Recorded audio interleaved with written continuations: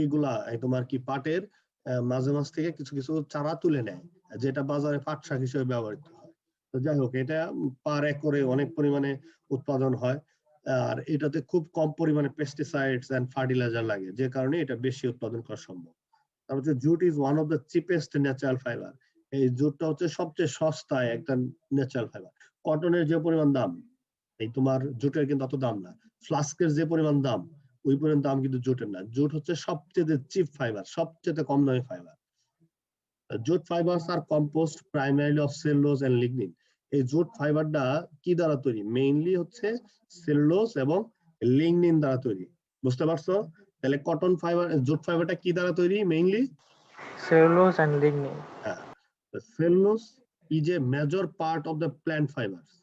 এই সেলুলোজটা হচ্ছে প্ল্যান্ট ফাইবারের সবচেয়ে মেজর কম্পোনেন্ট। তুমি যদি প্ল্যান্ট কোনো ফাইবারকে চিন্তা করো, মানে উদ্ভিদ থেকে কোনো ফাইবার চিন্তা করবা, তাহলে তোমার সবচেয়ে মেজর পার্ট থাকবে হচ্ছে cellulose, while lignin is a major part of wood fiber. আর যদি গাছের, মানে তুমি কাঠের কথা চিন্তা করো, কাঠ, তাহলে কাঠ থেকে যে ফাইবার গুলা পাই, তার মেজর পার্ট হচ্ছে লিগনিন। আচ্ছা, তোমরা খেয়াল করে দেখবা, আমরা যে কাগজ বানাই, কাগজ বলো তো কিসের থেকে বানাই? গাছের গুড়ি থেকে, গাছের কাণ্ড বা গুড়ি থেকে। ওই গাছের কাণ্ডে ম্যাক্সিমাম থাকে হলো লিগনিন। এই জন্য যেটা বলা হচ্ছে cellulose is a major part component of the plant fibres, while lignin is a major part of wood fiber. একটা হচ্ছে প্ল্যান্ট ফাইবারের মেজর পার্ট সেলুলোজ, আর একটা হচ্ছে উড ফাইবারের মেজর পার্ট হচ্ছে লিগনিন। তাহলে কি উটে কি দুইটা পার্টি আছে না জুটে? জি স্যার। আমি বলতেছি সেলুলোজটা হচ্ছে প্ল্যান্ট ফাইবারের মেজর কম্পোনেন্ট, আর লিগনিনটা হচ্ছে উড ফাইবারের মেজর কম্পোনেন্ট। এবার বলতো জুটে কি কি আছে? সেলুলোজ এবং লিগনিন দুইটাই আছে। তাহলে এটা কিরকম শো করবে? একবার প্ল্যান্ট ফাইবারের মতো আচরণ করবে, আরেকবার উড ফাইবারের মতো। এই জন্য jute is the therefore partially a textile fibre and partially wood. আচ্ছা, এবার খেয়াল করে দেখো তো, জুট ফাইবারটাকে যে নাও, আর ভিতরে একটা কাণ্ড থাকে না, যেটাকে আমরা কি বলি? পাটকাঠি বলি, তাই না? জি স্যার, পাটকাঠি। জি স্যার। পাটকাঠি বলি। আর আউটার লেয়ারে থাকে ফাইবার।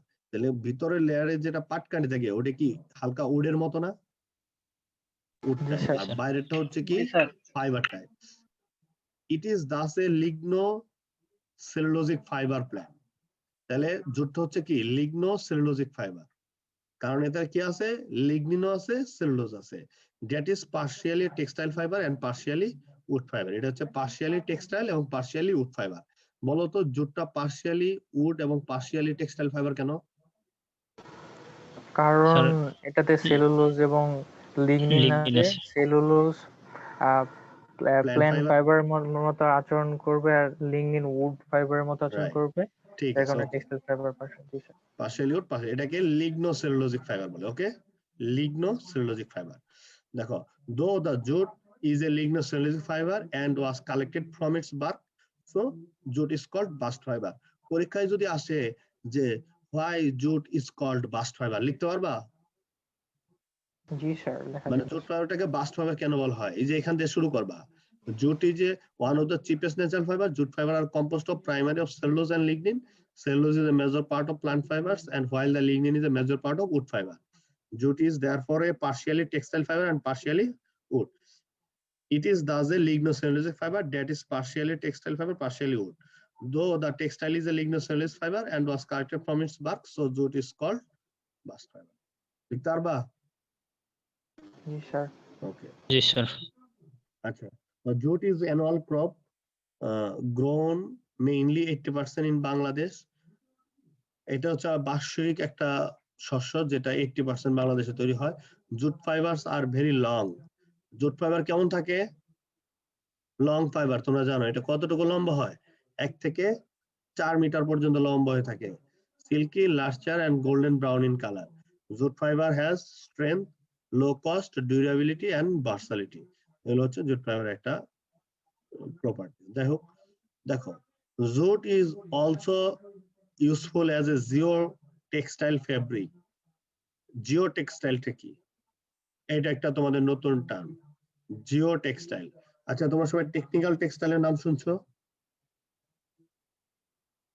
হ্যালো, জি স্যার শুনছি। আচ্ছা শোনো, টেক্সটাইলটাকে যখন স্পেসিফিকলি কোনো টেকনিক্যাল পারপাস ইউজ করা হবে, স্পেসিফিকলি কোনো টেকনিক্যাল পারপাস, তখন সেটা হবে টেকনিক্যাল টেক্সটাইল। একটা জিনিস খেয়াল করো তো, একটা ব্যান্ডেজ ব্যবহার করা হয় না, গজ গজ কাপড় যেটাকে বলে গজ, হসপিটালে কিংবা বিভিন্ন মেডিসিন শপে দেখছো তোমরা সবাই, জি স্যার।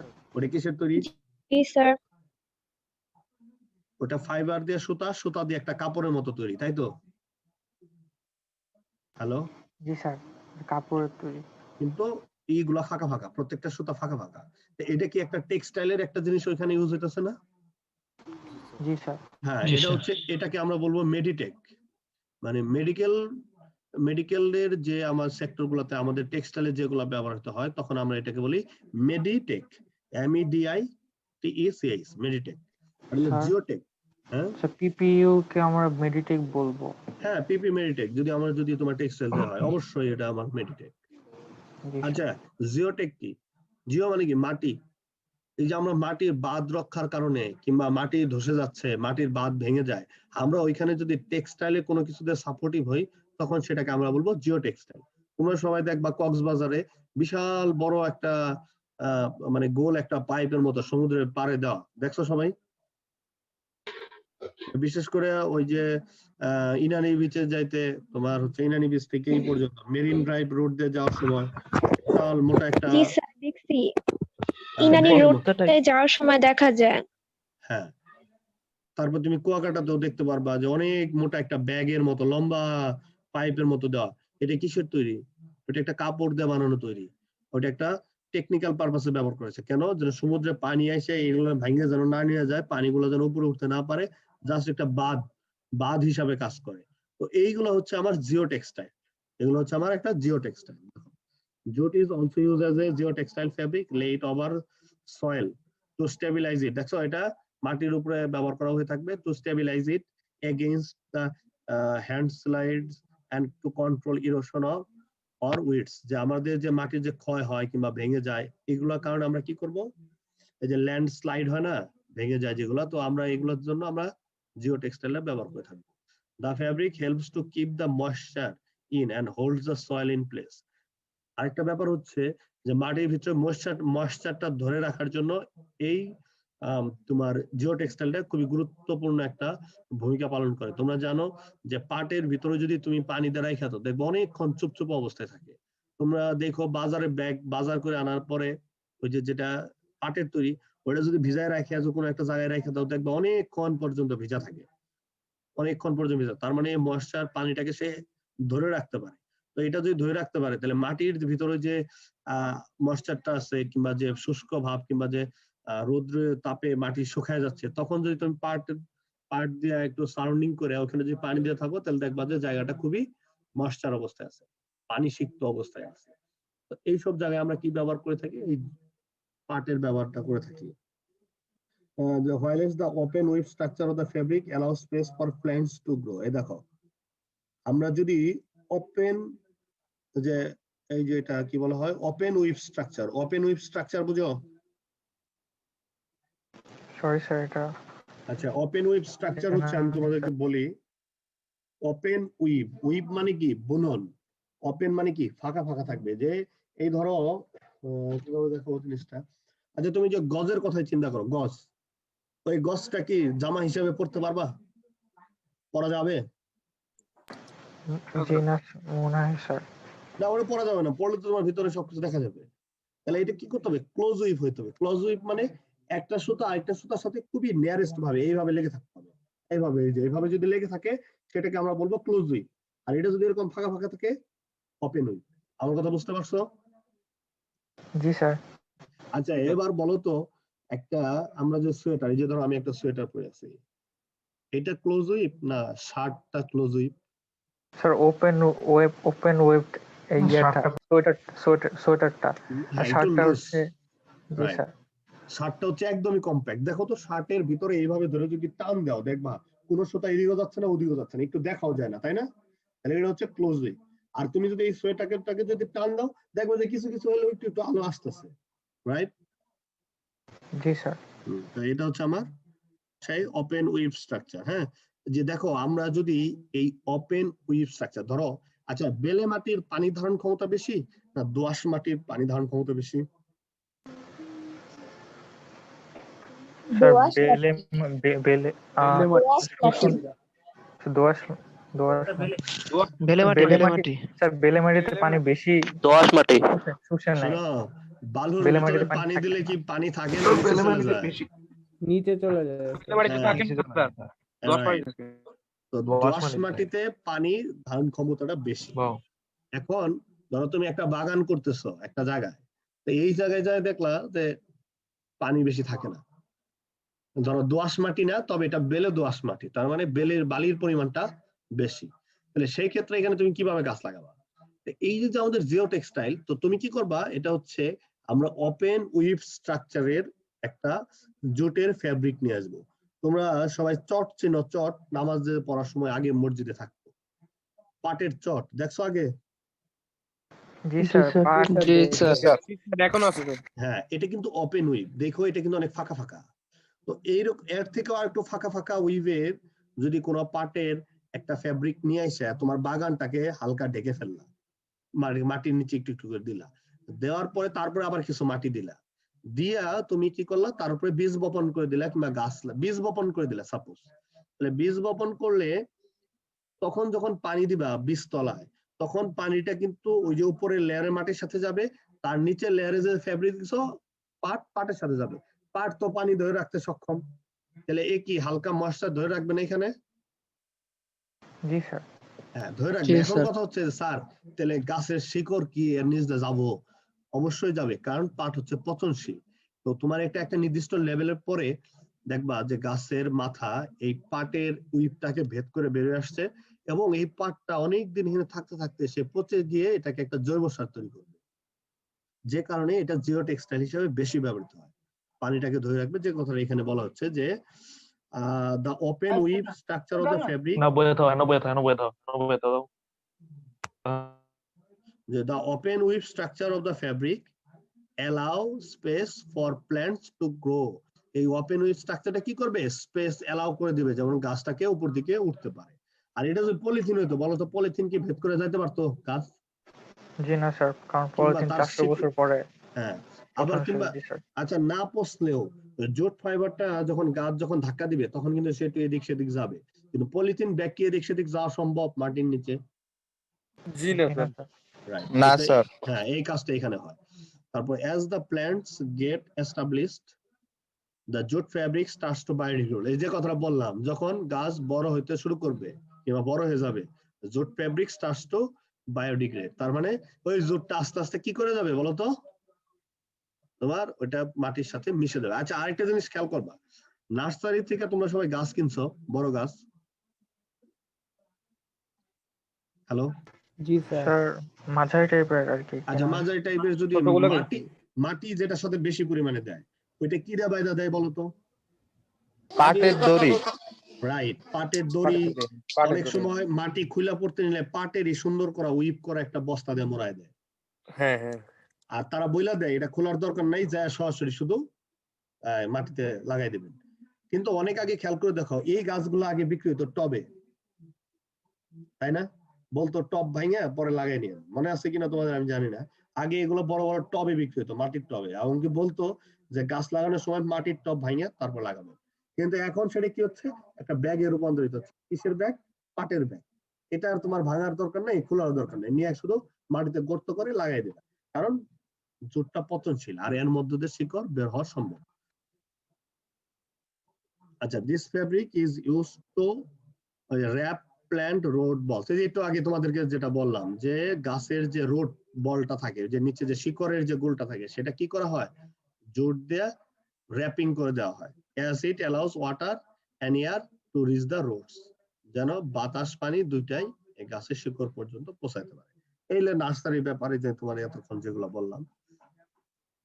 আচ্ছা, ইম্পর্টেন্স অফ জুট।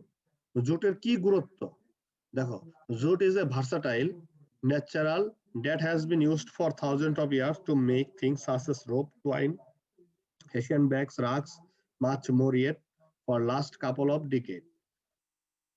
আচ্ছা, এখানে বলা হচ্ছে যে আমাদের এই জোটটা হচ্ছে ভার্সাটাইল এবং একটা ন্যাচারাল ফাইবার। এটা কিন্তু এক ধরনের কি ফাইবার? চিপ ফাইবার, যেটা কি তৈরি কাজে ব্যবহার করা হয়?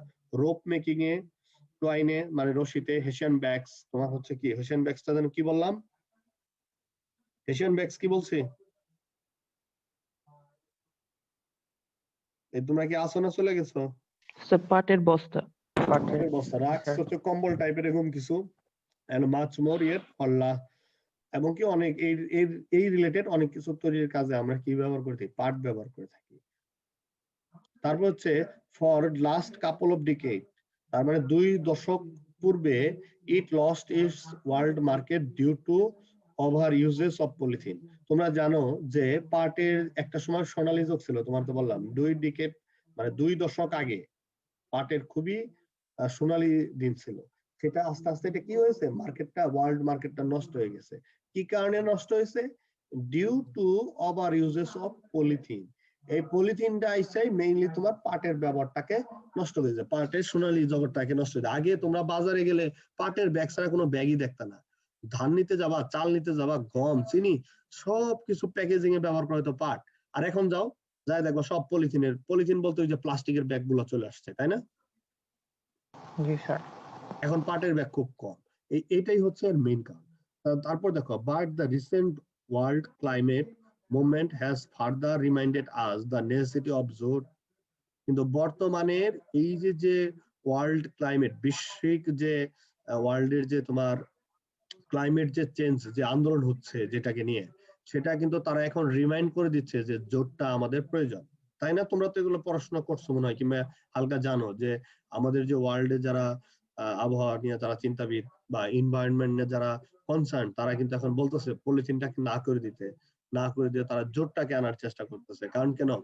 জোটটা হচ্ছে কম দামি, যেটা আমরা প্যাকেজিং। আচ্ছা, পলিথিনটা বলতো কোন কাজে আমরা বেশি ব্যবহার করে থাকি? প্যাকেজিং। প্যাকেজিং এর কাজে। তুমি এখন বাজার করতে যাও, আজকে আলু, পেঁয়াজ, চাল, ডাল, এই আমি যদি বাজার করি, ধরো না হইলো 7-8টা পলিথিন আমার ব্যাগে দিয়ে দেয়। আচ্ছা, এই 7-8টা পলিথিন আমি কি করব? বাইরে ফেলে দেবো। বাইরে বলতে জি কই? স্যার। ড্রেনে যাব, মাটির নিচে যাব, তাহলে কি হবে? আর এরা যদি ছোট ছোট জোটের ব্যাগ, পলিথিন যদি না থাকতো, তাহলে কি মানুষ অল্টারনেটিভ ব্যবহার করতো না? স্যার করতে স্যার। জি হ্যাঁ, স্যার।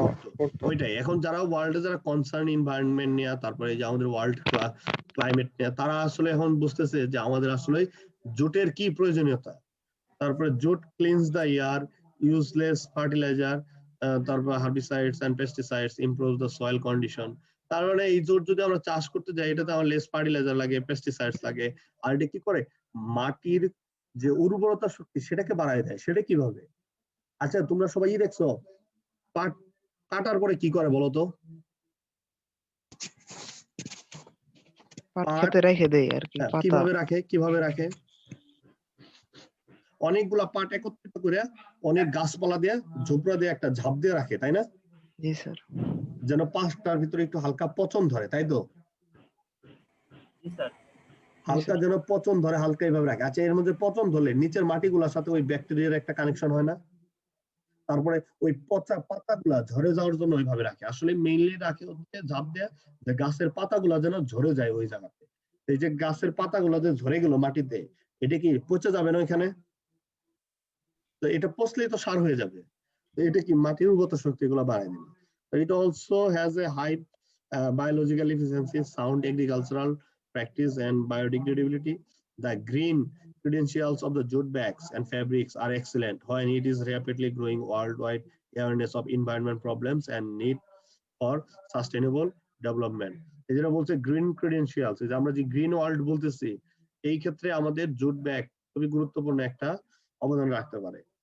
আর এটা আমরা মানে ওয়ার্ল্ড ওয়াইড এটা তারা সচেতনতার দিকে যাচ্ছে, এবং তারা ভাবতেছে যে এই গ্রিন আমরা ওয়ার্ল্ড করতে গেলে জুটের কোনো বিকল্প নেই, এবং কি সাস্টেনেবল ডেভেলপমেন্টের জন্য। একটা তোমরা জানো, বাংলাদেশে কিন্তু একজন বিজ্ঞানী, সে কিন্তু জুট থেকে জুট পলিথিন বানাইছে। স্যার এটা কিভাবে স্যার, এটা একটু বললে ভালো হতো। এটা আসলে তোমার জোটের যে লিগনিন এবং সেলুলোজ আছে, সেগুলাকে নিয়ে সে কেমিক্যালি মডিফাই করে সেইখান থেকে সে একটা শীট বানাইছে। তোমরা সবাই জানো ওই যে ভিসকস বলছিলাম না, ভিসকস, জি স্যার।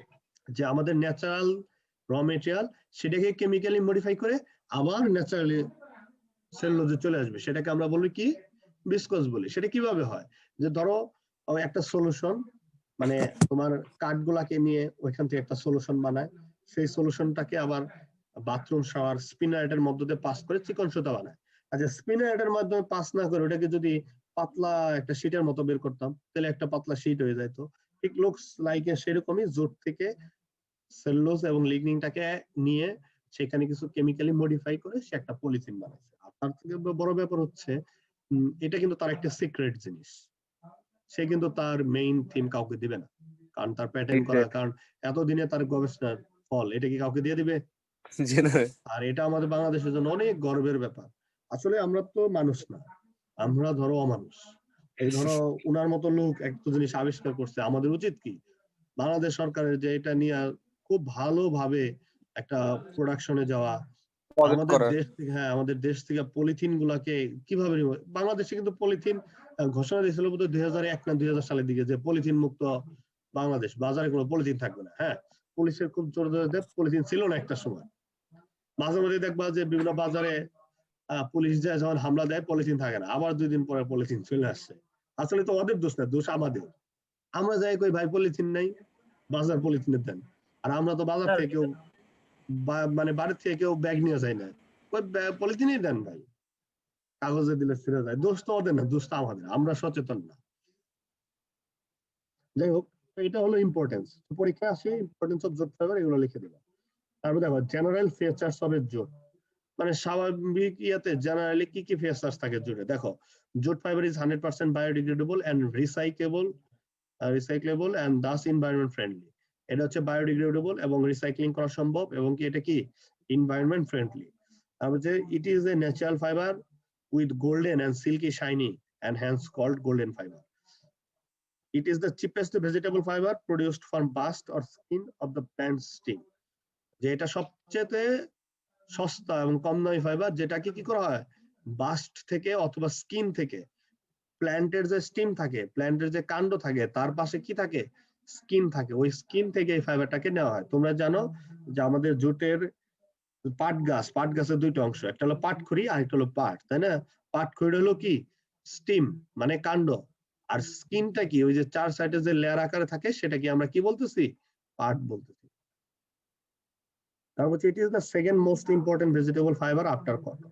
এটা যে একটু আগে তোমাদের বললাম যে এর ইম্পর্টেন্সের দিক দিয়ে কটনের পরেই দ্বিতীয় অবস্থানে হচ্ছে জুট। তারপর it has high tensile strength, low extensibility and ensures better breathability of fabrics. Therefore jute is very suitable in agricultural commodity bulk packaging. এটা হচ্ছে তোমার টেনসাইল স্ট্রেংথ। টেনসাইল স্ট্রেংথ তো তোমরা নাম শুনো নাই, শুনছো? হ্যালো, জি স্যার, ইঞ্জিনিয়ারিং ম্যাটেরিয়ালস এর টেনসাইল বলো স্ট্রেংথ। টেনসাইল স্ট্রেংথ কি বলো? স্যার প্রসারণযোগ্য ক্ষমতা। কিভাবে টেস্ট করে?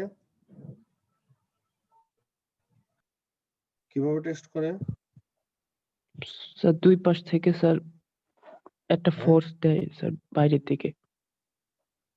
হ্যাঁ, তারপরে স্যার কতটুকু ফোর্স দিলে এটা স্যার ইয়া হয়ে যায় স্যার, মাঝখান থেকে ছিঁড়ে যায় স্যার।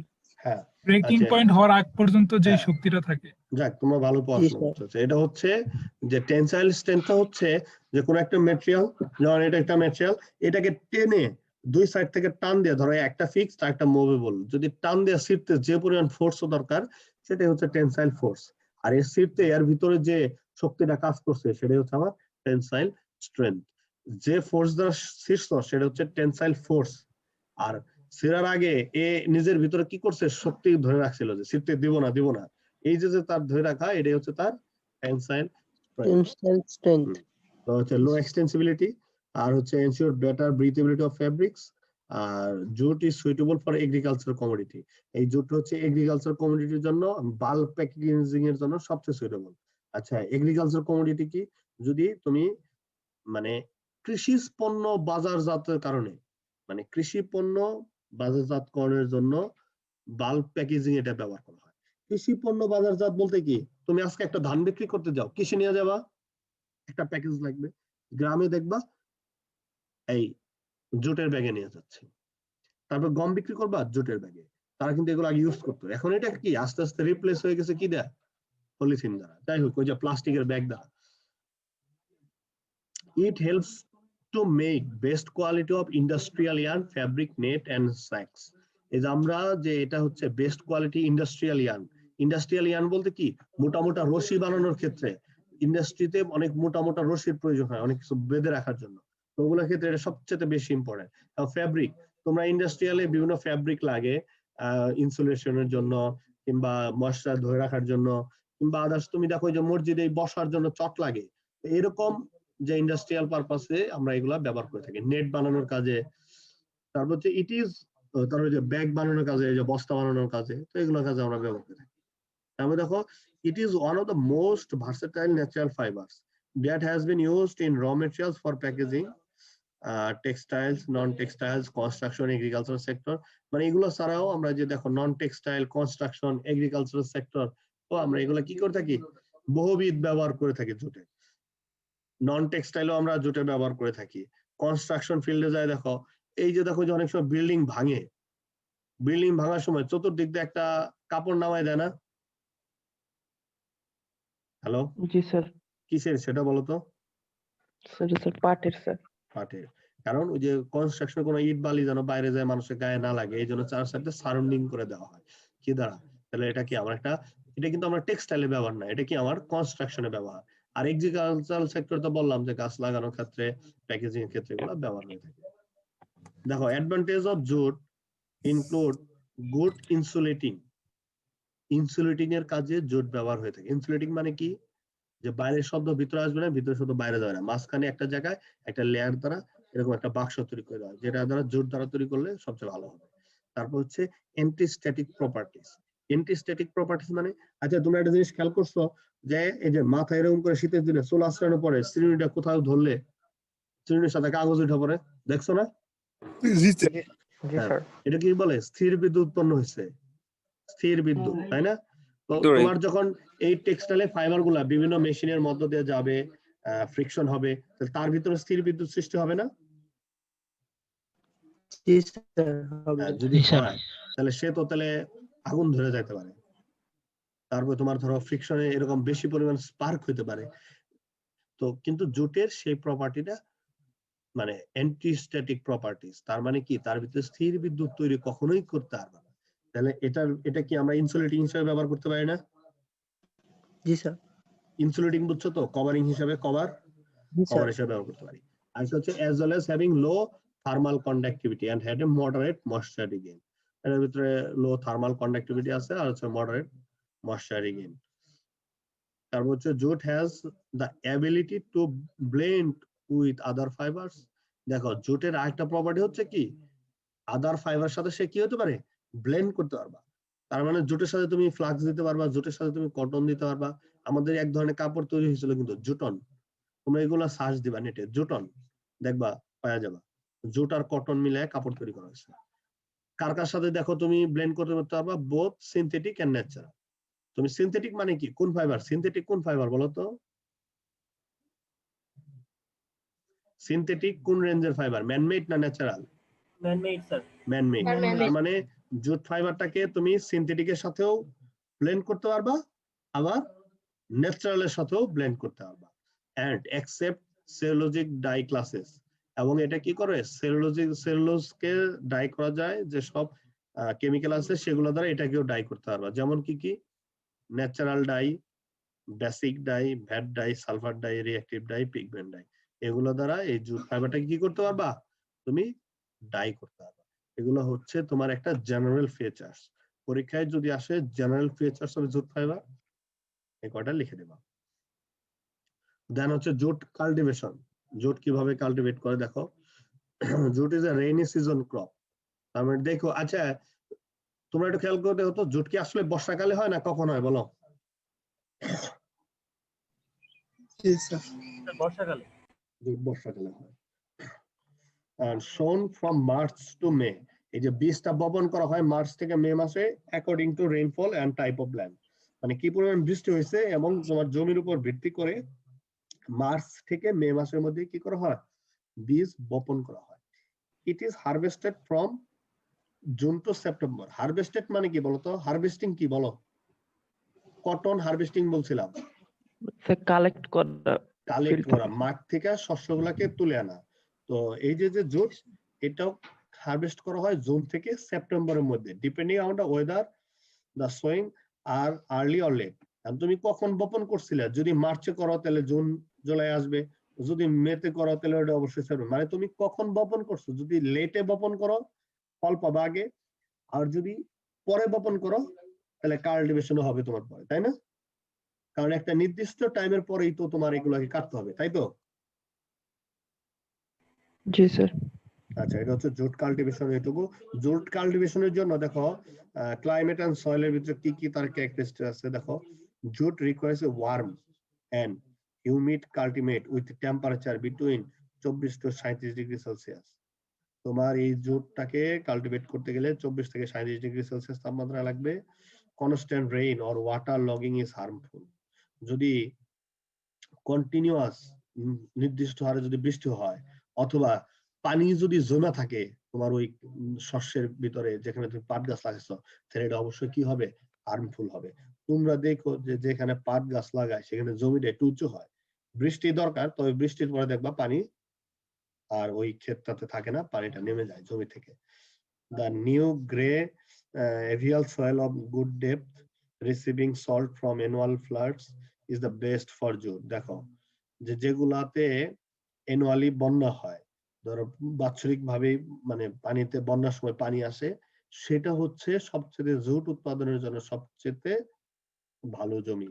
তারপর হচ্ছে flow ever jute is grown widely in sandy loams and clay loams. তারপর হচ্ছে রিকোয়ারমেন্টস অফ জুট কাল্টিভেশন। এই যে জুট কাল্টিভেট করতে গেলে তোমার কি কি ওয়েদারের কি কি রিকোয়ারমেন্টস দরকার সেটা এখানে লেখা আছে। যে high temperature to 90 degree Fahrenheit with a minimum 80 degree Fahrenheit.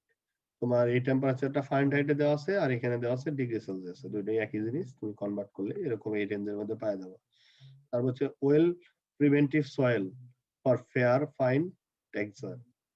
তোমার যে সয়েলটা সেটা যদি খুব ভালো হয়, ভালো হইতে হবে, তাহলে তুমি ভালো গাছ পাওয়া সম্ভব। তারপর সুইটেবল সিডস, তুমি যে বীজটা রোপণ করবা সেটার জন্য ভালো হয়। রেইনফল আর 40 ইঞ্চে। আমরা জানি যে রেইনফলটা সেন্টিমিটার প্রকাশ করা হয়, বাৎসরিক কত বৃষ্টিপাত হয় এটা ইঞ্চিতে দেওয়া, এটাকে তুমি সেন্টিমিটার কনভার্ট করলে হয়ে যাবে। তারপরে a sufficient supply of water for retting and plants and washing the strip fibre. তোমার সাফিসিয়েন্ট সাপ্লাই অফ ওয়াটার থাকতে হবে রেটিং করার জন্য। তোমরা কি বলতো পাট গাছ ওই যে তোমার জমিতে অনেকদিন রাখার পরে পাতা ঝরে যাওয়ার পরে সেটাকে নিয়ে কি করে বলতো? হ্যালো স্যার আমি তো পানিতে পচা রেখে দেখছিলাম। Right right. আমি শুরুতে আবার বলিনি, শুরুতে কি করা হয়? বপন করা হয়। বপন করার পরে ওই কিছুদিন পরে কিছু ওই পাট গাছকে তুলে ফেলে দেওয়া হয়। তারপরে কি করে সার বীজ হালকা দেওয়া হয়। তারপর পাট গাছ একাই বড় হয়। নির্দিষ্ট টাইম বড় হওয়ার পরে পাট গাছগুলোকে কেটে ওই পাটের যে জমি সেখানে কি করা হয়? একটা আটি বেঁধে জমা করে রাখা হয়, যেন ওই পাতাগুলা পচে পাট গাছ থেকে সরে যায়। যখন এই পাতাগুলা পাট গাছ থেকে পাতাগুলা ছেড়ে যাবে, তখন এটাকে নিয়ে তোমার একটা পুকুর কিংবা খাল কিংবা যে জায়গায় পানি আছে ওই জায়গাতে নিয়ে অনেকগুলো আটি একত্রিত করে তার উপরে ধরো ভারী কিছু দিয়ে ওই যে কচুরি পানা টানা দিয়ে ওইটাকে ডুবাই রাখা হয় পানি রেটিং হওয়ার জন্য। দেখছো তোমরা এটা? জি স্যার। ওইটা স্যার আমার দাদু বাড়িতে করে স্যার। গ্রাম্য ভাষায় বলো তো এটাকে কি বলে? পানিতে ডুবাই রাখাকে স্যার পাটকে পচায়। জাগ বলে। হ্যাঁ, জাগ বলে। রাইট। তো ওইখানে জাগ হয়ে গেলে ধরো 15-20 দিন হওয়ার পরে যখন ওই পাটের আঁশটা যখন পাট কাঠি থেকে সারার মতো নরম হয়ে যাবে, তারপরে উপর থেকে যে ভারী কচুরি পানা কিংবা কাদা টাদা উঠাই দিছে এগুলা ফেলা দিয়া ওই পাটের আটিটাকে নিয়ে এসে পারে কি করা হয়? পাটটাকে ওই আঁশ থেকে সারানো হয় ম্যানুয়ালি। তোমরা দেখছো কিভাবে সারায়? জি স্যার। হ্যাঁ, ওইটা সারানো হয়। তো এটা সারানোর পরে ওইখান থেকে পাট কাঠি আলাদা করা হয় আর ওই ফাইবারটাকে আলাদা করা হয়। তারপরে পাট কাঠিও রোদ্রে শুকায় দেওয়া হয় আর ওই ফাইবারটাও তোমার রোদ্রে শুকাই দেওয়া হয়। তো এই যে শুকাই দিলাম, তারপর এটাকে আমরা কি করব, প্যাকেট করে রাখবো। এটা হচ্ছে ফুল একটা ফ্লো চার্ট যে তোমার ফাইবার কিভাবে হলো। তো এই জন্য বলা হচ্ছে তাহলে এখানে কি পানির দরকার আছে না সাফিসিয়েন্ট? পাট গাছ করছে, আশপাশে কোনো পানি নাই, কোনো লাভ হবে? লাভ হবে। এটা এখানে বলা হচ্ছে sufficient supply of water for retting the plants and washing the stripped fibres, sufficient supply of skilled labour to handle the crop at proper time. তোমার সাফিসিয়েন্ট স্কিলড লেবারও দরকার। লেবার না হলে কেউ তো বুঝবো না তোমার পাট ঠিক মতো পানিতে কতদিন রাখতে হবে। তুমি যদি বেশি দিন পানিতে রেখে বলো, তাহলে পাটের আঁশ দুর্বল হয়ে যাবে, স্ট্রেংথ কমে যাবে, কালার নষ্ট হয়ে যাবে। তাহলে কি তোমার স্কিলড লোক লাগবে যে বুঝতে পারবে যে কখন কি করতে হবে। Facilities for placing the fibres in market, এবং কি এটা তোমার মার্কেটে বিক্রয়ের জন্য তোমার ব্যবস্থা থাকতে হবে। তুমি পাট চাষ করলা কিন্তু বিক্রয়ের জন্য কোনো ব্যবস্থা নাই, তাহলে তো তুমি পাট চাষ করবে না। তো এইটা একটা ফ্যাক্টর। আচ্ছা, এটা গেল। তাহলে বলো স্যার এই যে প্রসেসটা বললেন স্যার, যে পানিতে পচায় স্যার, এটা স্যার একটু মানে স্যার অনেক স্মেলি, মানে কেমন জানি স্যার, মানে ওয়াটার দুর্গন্ধ ছড়ায়। পলিউশন হয়, হ্যাঁ, water pollution এয়ার হয়। পলিউশনও হয় স্যার। হ্যাঁ, এটা কি স্যার, মানে এরকম পলিউশন হচ্ছে, তাহলে কি স্যার এটা কি আমরা পরিবেশ বান্ধব কি বলবো স্যার? এখন তো ওইটা ছাড়াও, এই ওয়াটার রেটিং ছাড়াও আলাদা রেটিং পদ্ধতি চলে আসছে। শাইখ সিরাজের কিছু প্রোগ্রাম তোমরা দেখো, ওই ইয়েতে ইউটিউবে সার্চে দেখো, দেখতে হবে। এখন আর তোমার ওই ম্যানুয়ালি ওই পুকুরে স্যার যাইতে এখন পাইতে হবে কাঁচা না। পাটও ইয়ে করা আছে, কাঁচা পাট, পাকা পাকা কাঁচা পাকা পাট তো খোলা যায় না। শোনো, কাঁচা পাটটাকে এখন আর ওই জমিতেও রাখা লাগে না। তোমার একটা মেশিন আসছে, স্ট্রিপিং মেশিন, হ্যাঁ, তুমি এখানে দিবা, মেশিন তৈরি করছে, দেখবা ওই পাট কাঠি একাই বের হয়ে যাচ্ছে, পাটের ইটা দুইটা চলে আলাদা আলাদা আসতেছে। হয়ে যাবে। হ্যাঁ, এটাকে বলা হয় রিবন রেটিং। ওইটাকে সুন্দর করে গোল গোল বানাইয়া তোমার ইয়েতে দেওয়া হয়, ছোট ছোট চৌবাচ্চার মতো প্ল্যান্ট আছে, ওই চৌবাচ্চার ভিতরে কেমিক্যাল দিয়ে ওইখানে এই ফাইবার গুলাকে নরম বানাইয়া ওই যে ফাইবারে রূপান্তরিত হয়, ওই আঁশে রূপান্তরিত করা হয়। ওই স্টিম, সরি, ওই আউটার লেয়ারের যে ইটা থাকে, বাসটা যেটাকে আমরা বলতেছি স্কিন, সেটা কি করা হয়। এই তোমরা দেখছো না এটা? জি স্যার। আজ আমি নাহলে দেখাবো, যাই হোক দেখাবো, এটা ভিডিও, সমস্যা নেই, এটা প্রচুর আছে। যাই হোক, এখন দেখো, তো এটা হচ্ছে আমার, দেখো জুট কাল্টিভেশন করতে গেলে এইটুকু হলো ব্যাপার। আর এটা হচ্ছে সয়েল এবং ক্লাইমেটে কি কি ব্যবস্থা থাকতে হবে, সেটা হচ্ছে তার রিকোয়ারমেন্ট।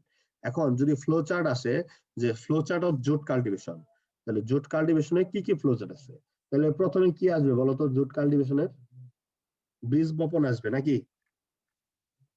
স্যার ফার্স্টে বীজ বপন ক্লাইমেট, মানে মানে বীজ বপন। না না না, আমি স্যার বলতেছি এটা তো কোন কন্ডিশন। কোন মাসে? ও না, জি স্যার, শোনো, মানে এটা কোন হলো মাসে কি কন্ডিশন। বপন করবে? এগুলো হলো কন্ডিশন, যে এই কন্ডিশনে থাকলে তুমি জমিতে চাষ করতে পারবা, সেটা এক জিনিস। আর আমি বলতেছি জুট কাল্টিভেশনের ফ্লো চার্ট, কি কি করতে হবে একটা ফ্লো চার্ট, ধারাবাহিক ধাপ কি কি। দেখো, তার প্রথম ধারাবাহিক ধাপে প্রথম হচ্ছে কি, সোয়িং অফ জুট। তার মানে জুটটাকে তোমার কি করতে হবে? বপন করতে বপন হবে। করতে হবে। বপন ছাড়া তার পারবে না, পারবা? না স্যার। এই যে বপন, আচ্ছা বপনের পরে কি আসবে? গাছ বড় হবে, গাছ বড় হওয়ার পরে এটা কি করতে হবে? কাটতে হবে, তাই না? সংরক্ষণ, হারভেস্টিং, কালেক্টিং, জি স্যার। হারভেস্টিং। তাহলে সোয়িং অফ জুট, হারভেস্টিং, তারপর কি আসবে? হারভেস্টিং হওয়ার পরে কি ফাইবারটাকে এক্সট্রাকশন করতে হবে না? জি স্যার। ছাড়াইতে হবে। এই যে সেটা হচ্ছে ফাইবার এক্সট্রাকশন। আচ্ছা, ফাইবার ছাড়ানোর সময় এখানে কি করতে হবে? রেটিং করতে হবে না? রেটিং বলতে হচ্ছে ওই যে পানিতে যেটা তোমরা জাগ দিছিলা, ওইটাকে কি বলা হয়? রেটিং। কি বলা হয়? রেটিং। রেটিং। তার রেটিং এর পরে হলো স্ট্রিপিং। ওই রেটিং হওয়ার পরেই তোমার ফাইবারটা কি করে দেবে? স্ট্রিপিং হবে। রেটিং ছাড়া তুমি কখনো ফাইবারটাকে এক্সট্রাকশন করতে পারবা না। তাই এটা হলো একটা স্ট্রিপিং। তারপর হচ্ছে কি, স্ট্রিপিং এর পরে ওয়াশিং এন্ড ড্রাইং। স্ট্রিপ করার পর তারপরে সেই ফাইবারটাকে ওয়াশ করতে হবে এবং কি করতে হবে? ড্রাই করতে হবে। তারপরে শেষ ধাপটা হচ্ছে বেলিং এন্ড প্যাকিং। বেল মানে কি, একটা নির্দিষ্ট প্যাকেজে রূপান্তর করে। তোমরা দেখছো পাট কি এলোমেলো ভাবে রাখে না, সুন্দর করে গুছায় একটা ভাঁজ করে রাখে, মোচা বলে, তাই না? পাটের মোচা বলে না, সুন্দর করে গুছাইয়া পাট গুলাকে দেখছো তোমরা সবাই? হ্যালো, জি স্যার, বান্ডেল বান্ডেল আকারে করা থাকে। মোচা বলে ওটাকে। তাহলে দেখো, আমার এই 7টা ধাপ যদি তুমি সুন্দর করে লিখে দাও, তাহলে হবে ফ্লো চার্ট, 7টা ধাপ। আর যদি শুধু আসে, যদি লেখা যদি থাকে যে ফ্লো চার্ট, মার্কস হলো ধরো 3, তাহলে তুমি শুধু এই 7টা নাম লিখে দিবা, পরপর তীর চিহ্ন দেয়, এটার নিচে এদিকে তীর চিহ্ন দিবা, তাই না? বুঝতে পারছো? জি স্যার। আচ্ছা, যদি আসে describe the cultivation of jute fibre, marks হলো 7 কিংবা 6, তাহলে কি করবা? পুরোটা লেখা লাগবে, মানে পুরোটা সবগুলো লিখো। প্রসেস। হ্যাঁ, তুমি এই যে এক্সপ্লেইন করা লাগবে। শোনো, ক্লাইমেট কন্ডিশন এটা আলাদা প্রশ্ন, বুঝো, কিন্তু এটা হচ্ছে আলাদা প্রশ্ন। যদি আসে যে ডেসক্রাইব দ্য জুট কাল্টিভেশন, এইটুকু লিখবা, এইটুকু লেখার পরে দেন এখান থেকে শুরু করবা, কেমন? একদম 7 নাম্বার পর্যন্ত, ঠিক আছে? এই পর্যন্ত জি লিখলেই স্যার। তাহলে তোমার 6 নাম্বার প্রশ্ন সহজ। এখন কথা হচ্ছে, স্যার এত বড় প্রশ্ন, 6 নাম্বার, এত বড় প্রশ্ন, তুমি তো এত কিছু লিখবা না, তুমি এখান থেকে মেইন পয়েন্ট লিখবা। আচ্ছা দেখো এখানে কি বলা হচ্ছে, sowing of jute in midlands and highlands starts with showers in March or April and continues till early June. তার মানে এটা তোমার জুনের শেষ অবধি, মানে শুরু অব্দ পর্যন্ত কি করা হয়, এই পাটের জন্য বীজ বপন করা হয়। তারপরে in the western part of the jute belt, তারপর হলো compost or film yard manure, তার phosphorus and potash nitrogen fertilizer are used as a fertilizer. দেখো কি কি সার ব্যবহার করা হয় সেটাও এখানে বলে দেওয়া আছে। তারপর হচ্ছে, আচ্ছা এগুলা কি তোমার পরীক্ষায় দিবা তুমি অ্যানসারের সময়? স্যার না, এগুলো তুমি দিবা না, তুমি এইটুকু এগুলো দিবা, স্যার প্রয়োজন নেই স্যার। এগুলো দিবা না, তুমি দিবা sowing of jute in midlands and highlands starts with showers in March or April and continues till early June, এই পর্যন্ত দিয়ে শেষ। তারপর কি দিবা, যে sowing method এইভাবে দিবা যে there are generally 2 methods of sowing such as broadcast sowing আর হচ্ছে লাইন sowing, শেষ। এটার অ্যানসার এই পর্যন্ত, এইটুক দিবা। তারপরে হারভেস্টিং এ চলে যাবে। আমি কি বোঝাইতে পারছি তোমাকে? জি স্যার। জি স্যার। আচ্ছা দেখো এখানে কি ব্রডকাস্ট সোয়িং কোনটা, the seeds are thrown by hand and by the method known as cross sowing. তোমরা সবাই দেখছো না বীজ কিভাবে ছড়ায়, বাম হাতে একটা গামলা নিয়ে ডান হাত দিয়ে ছড়ায় দেয় নাই যেভাবে, দেখছো? বাম হাতে একটা জি স্যার। গামলা নিয়ে ডান হাত দিয়ে এইভাবে ছড়ায় দেয়, দেখছো তোমরা বীজ কিভাবে জি ছড়ায়? স্যার। হ্যাঁ, তো এটাকে বলা হচ্ছে এই যে this method, এই যে seed thrown by hand and by the method known as cross sowing. Cross sowing মানে দেখো যেভাবে কিন্তু তুমি ক্রস করলা, তাই না? লেফট সাইড থেকে রাইটে ক্রস করলে এটা ক্রস সুইং মেথড বলা হয়। এটা হলো ব্রডকাস্টিং। লাইন সুইংটা কি? Line sowing is done where machine ploughing and machine sowing are used. তোমার এই জমিটা চাষ করার জন্য মেশিন ব্যবহার করা হবে এবং কি মেশিনের সাহায্যে বীজ বপন করা হবে। কিভাবে? যে একটা মেশিন যাচ্ছে, মেশিনের একটা জায়গায় বীজ দেওয়া আছে, সে কি করবে, ওই লাইন বরাবরই সে বীজ ফেলতে যাবে। তাহলে এটা হচ্ছে লাইন সুইং। লাইন সুইং বুঝছো তো? জি স্যার। সে একদম, এমনকি পাট গাছগুলো কি একদম লাইনে হবে, র্যান্ডমলি হবে না। কিন্তু যেটা যদি তুমি ব্রডকাস্টিং করো তাহলে কি হবে, জমির চতুর্দিকে বীজ ছড়ায় যাবে র্যান্ডমলি। আর আমরা কিন্তু গ্রামের ব্রডকাস্ট সুইং যেটা সেটাই আমরা করে থাকি। ইভেন তোমরা ধান থেকে ধানের চারা হইতে দেখছো? জি স্যার। এটা কি ব্রডকাস্টিং না লাইন সুইং? লাইন। স্যার এটা লাইন। Broadcasting sir. এটা হলো ব্রডকাস্টিং। Broadcasting, শুরুতে ধান থেকে যেখানে ছোট চারায় রূপান্তরিত করা হয়, যেটাকে কি বলে গ্রামের ভাষায় বলো তো? হালি স্যার। জ্বালা বলে স্যার, জ্বালা। জ্বালাও বলে, জ্বালাও বলে, হালিও বলে, বিভিন্ন জায়গায় এটা। কিন্তু এটা কি ধানের ছোট চারা থাকে, তাই না? চারা। আচ্ছা এই চারাটা যখন তার মেইন জমিতে রূপান্তরিত করে তখন কি ব্রডকাস্ট সুইং না লাইন সুইং? তখন লাইন। লাইন। রাইট, তাহলে তোমরা আশা করি এই দুইটা এখন বুঝতে পারছো, ব্রডকাস্ট সুইং আর লাইন সুইং। আচ্ছা হারভেস্টিং কি? দেখো হারভেস্টিং কি লিখবা, jute is harvested anytime between 120 days to 150 days when the flowers has been shed. তারপর হচ্ছে early harvesting gives good healthy fibres, যে তুমি যদি যে হারভেস্টটা করবা 120 থেকে 50 দিনের মধ্যে, যখন এই ফ্লাওয়ার গুলা শেড হয়ে যাবে, ফ্লাওয়ার গুলা বিবর্ণ হয়ে যাবে, দেখো যে ওই যারা চাষী তারা ওই গাছের ফুল দেখে বলে দিতে পারে যে কবে তোমার এটা কাটতে হবে। হ্যাঁ, ওই শেড হয়ে আসবে। আর harvesting, early harvesting gives good healthy fibres, তুমি যদি মানে পরিপক্ক হওয়ার সাথে সাথেই যদি গাছটা কেটে ফেলো তাহলে তুমি সবচেয়ে হেলদি ফাইবার পাবা। আবার যদি পরিপক্কর জন্য বেশি দিন রেখে দাও, দেখবো এই পাট কাঠিটা আস্তে আস্তে চুপসে যায়। তুমি দেখো পাট গাছের ভিতরেই কিছু মরা পাট গাছ পাওয়া যায়, দেখছো? জি জি স্যার। স্যার। যেটা কি বল, লতি বলে, তাই না? হ্যালো, দেখো যে অনেক একটা পাট ক্ষেতের ভিতরে তোমরা এখন সবাই খেয়াল করবা, এখন তোমরা যখন আশপাশে দেখবা পাট গাছ, তখন খেয়াল করো পাট গাছের ভিতরে কিছু পাট দেখবা আগেই শুকায় আস্তে আস্তে চিপসে যাচ্ছে এবং আস্তে আস্তে সে মরেও যায়। তো এটাকে যদি কেন হয়েছে, ও আগেই পরিপক্ক হয়ে গেছে, তাহলে ওকে আগে কাটা দরকার ছিল। তো একটা তো আর কাটা সম্ভব না, এভারেজ ভাবে কাটা হয়। এই জন্য বলা হচ্ছে early harvesting gives good healthy fibre. The plant from 8 to 12 feet high are cut with sticles or at close the ground level. তোমরা জানো যে ওই যে আমরা কি বলি, ধারালো এরকম একটা বাঁকানো জিনিস, কি বলে ওই অস্ত্রটাকে? কাশি। কাঁচি বলে। কাঁচিটা হাসু। কাটে, কাঁচিটা কাটে হলো খড়। এটাতে কি কাটে বলো? পাট কাটার জন্য এটার নাম কি বলে? একদম সেটা দা লম্বা, বলে। দা স্যার। দার মতো, কিন্তু দার হ্যাঁ, থেকেও এটা একটু চিকন চিকন। হয়। এই যে যে Really কাটার যে হয়। চিকন, এটাকে বাগি বলে কোন কোন অঞ্চলে, বাগি। চিকন থাকে পোর্শনটা, কাঁচির মতোই, কিন্তু কাঁচিটা কি একটু আহ, থাকে তোমার সর মতো থাকে, তাই না? আর এটা প্লেন দার মতো একদম থাকবে, খুবই শার্প। এবং কি যেটা কি করা হয়, পাট গাছের গোড়া দিক দিয়ে একদম মাটি বরাবর কেটে ফেলা হয়। তো এইটুকু দিলা, এইটুকু দিলে তোমার হারভেস্টিং দা হয়ে গেল। এই দেখো, the stems are then made up into a bundles for steeping in water. এরপরে এটাকে কি করা হয়, এই পাট গাছগুলোকে একটা বান্ডেলে রূপান্তরিত করা হয়, যেন পরবর্তীতে পানিতে স্টিপিং করা হয়। কিন্তু এই স্টিপিং এর আগেও এই পাট গাছগুলোকে এই এই জমিতেই কিছুদিনের জন্য রেখে দেওয়া হয়। কারণ কেন? ওই পাট গাছ থেকে পাতাগুলো যেন ঝরে যায়। এই হচ্ছে আমার হারভেস্টিং। তারপর হচ্ছে ফাইবার এক্সট্রাকশন।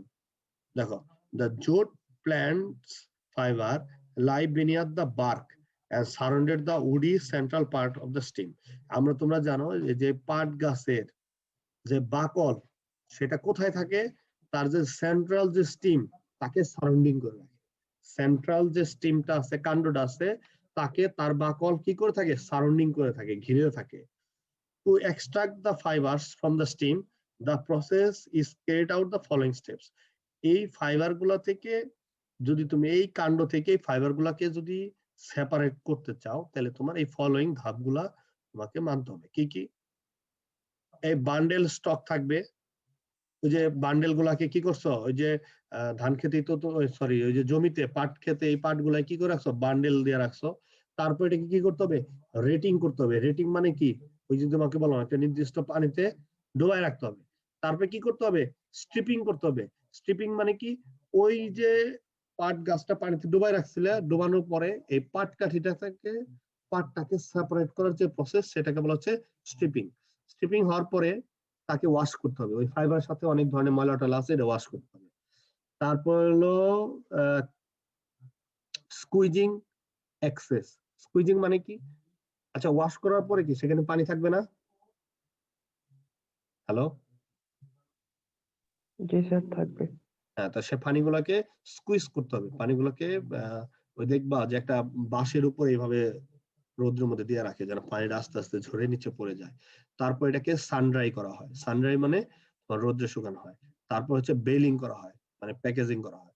তারপর হলো কাঁচা প্যাকিং করা হয়। কাঁচা প্যাকিং এটা হচ্ছে তোমার একটা ওই গ্রেডিং এর মধ্যে আসে, কাঁচা প্যাকিং।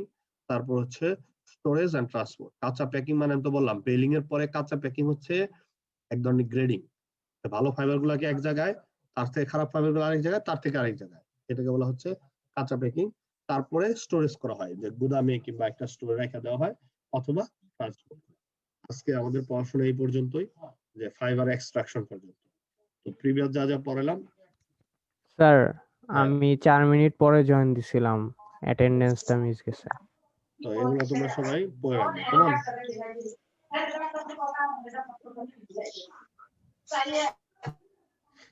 আচ্ছা, একটু তোমরা একটু লাইনে থাকো।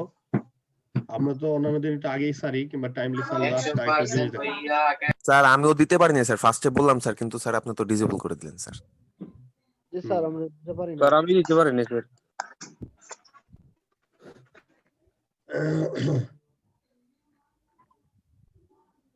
এই তোমরা একটু লাইনে থাকো, Attendance কি কথা বলো না।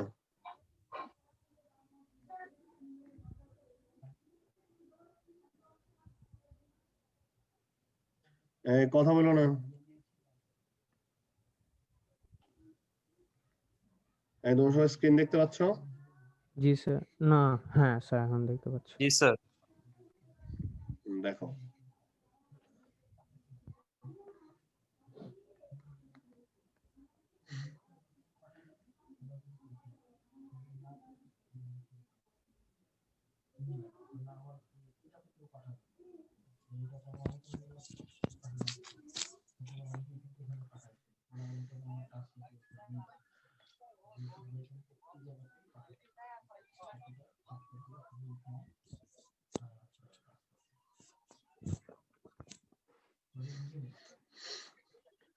এই যে দেখো, এই যে কচুরি পানার নিচে বলো তো কি রাখা?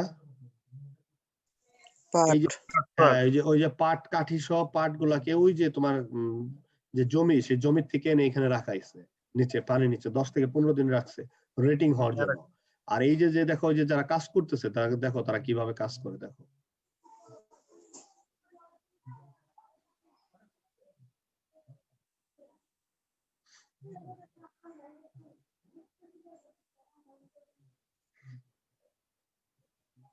এই দেখো, তারপরে ওয়াশ করতেছে কিভাবে দেখছো ফাইবার গুলাকে?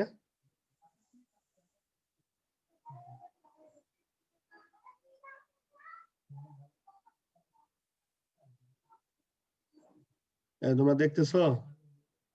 জি স্যার। এইভাবেই কাজ করে না? জি স্যার। এই যে দেখো, এই যে সুন্দর করে বান্ডেল করে এদিকে দিয়ে দিল। আর এই যে দেখো নিচে পাটখড়ি গুলো পড়ে আছে। এই যে দেখো, এই যে নিয়ে আসলো, দেখো ওই যে পাটখড়ি দেখছো, এগুলো কি ওই পাটখড়ি থেকে ফাইবার গুলাকে সেপারেট করে ফেলছে। আর এই যে দেখো পাটখড়ি গুলা কি সানড্রাই করতেছে, এটা জ্বালানি কাজে ব্যবহার করা হয়। আর এই যে দেখো, এই যে শুরুতে এই যে দেখো এইভাবে ওই যে কচুরি পানার নিচ থেকে এই যে পাটের এগুলো নিয়ে আসলো। ওই যে দেখো এখন এক মুঠি নিবে, নিয়ে দেখো কি করে। ওই দেখো, ওই যে হাত দিয়ে দেখছো কিভাবে ছাড়াইলো, দেখছো? জি স্যার। এটা ম্যানুয়ালি হাত দিয়ে ছাড়াচ্ছে, কিন্তু এটা একটা ওই কাঠের মাধ্যমে একটা জায়গায় বাড়ি দিয়ে অনেকগুলো গুচ্ছ একসাথে করা যায়। আর উনি এটা ম্যানুয়ালি ছাড়াচ্ছে, দেখছো কিভাবে ছাড়ায়? দেখো কত নরম ভাবে ছাড়তেছে। এটা কি এইভাবে নরম ভাবে ছাড়ার কথা? না স্যার, এটা ভিজিয়ে রাখছে। ভিজায় রাখছে, এই জন্য ব্যাকটেরিয়া এর সাথে বিক্রিয়া করে এর যে শক্তি সেটাকে কমে ফেলছে। আর এটাকে যদি বেশি দিন যদি ডুবাই রাখো, 15 দিনের জায়গায় ধরো 1 মাস রাখে ঘুমাই গেলাগা, স্যার নষ্ট হয়ে যাবে। রাইট। ওই দেখো এইভাবে ছাড়াবে। আচ্ছা কিভাবে ছাড়ায় এগুলো তোমরা ইউটিউবে দেখবা, কেমন? আচ্ছা আমি আরেকটা মেশিন দেখাচ্ছি। এই যে একজন বললো যে এনভায়রনমেন্ট নিয়ে, তাই না? যে এনভায়রনমেন্টে তো স্যার পানি দুর্গন্ধ হয়, বাতাস দুর্গন্ধ হয়, তাহলে কেমনি কি? আচ্ছা এবার দেখো, এই যে যে মেশিনটা বুঝছো, এটা দেখো ফাইবার এক্সট্রাকশন মেশিন। ওই যে দেখো পিছনে একদম ওই তোমার জমি থেকে পাট গাছ পাতা সহ কেটে নিয়ে আসছে, দেখছো? এখন দেখো, এই যে দেখো, এই যে মেশিন স্টার্ট দিচ্ছে, দেখো কি হয়।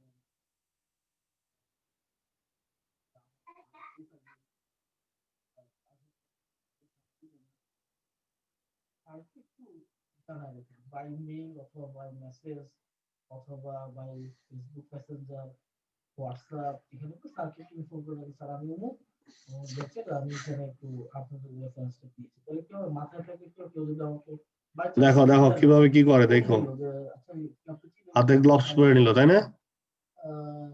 দেখো এই যে পাতা সহ দিয়ে দিল, দেখো কি হয়, দেখো একদম। এই কি বুঝলা? হ্যালো স্যার সবকিছু দিয়ে দিছে পাতা সহ। তো এদিকে এনভায়রনমেন্ট বেশি, এখান থেকে তো সিন্ডাও আসবে না। কোনটা পাটখড়িটা আসবে না তো স্যার? পাটকাঠি আসবে না, এনভায়রনমেন্ট তো নষ্ট হইলো না। আরেকটা আছে যেটাতে পাটকাঠিও আছে, বুঝছো? শাইখ সিরাজের একটা প্রোগ্রামে আছে। দেখো এখন এটাকে দেখো কি করে, ওই দেখো সুন্দর সুন্দর করে বাঁধতেছে, দেখছো? এখন এটা কি তোমার সরাসরি ফাইবার হয়ে গেছে তোমার ধারণা? না স্যার, এটা কিন্তু এখন শক্ত। এইটাকে এখন কেমিক্যালি ট্রিটমেন্ট করবে, এটাকে বুঝছো, কেমিক্যালি রেটিং করবে, যেটা একটা বাতের মধ্যে। আপনার কথা কেটে কেটে আসতেছে। ওই যে যেটা বললাম যে ফাইবার গুলো আসলো, এটাকে তখন আবার কেমিক্যালি ট্রিটমেন্ট করবে আলাদাভাবে, বুঝছো? এইটাতে আর ওই তোমার ওই যে পুকুরে খালে বিলে তোমার দেওয়া লাগবে।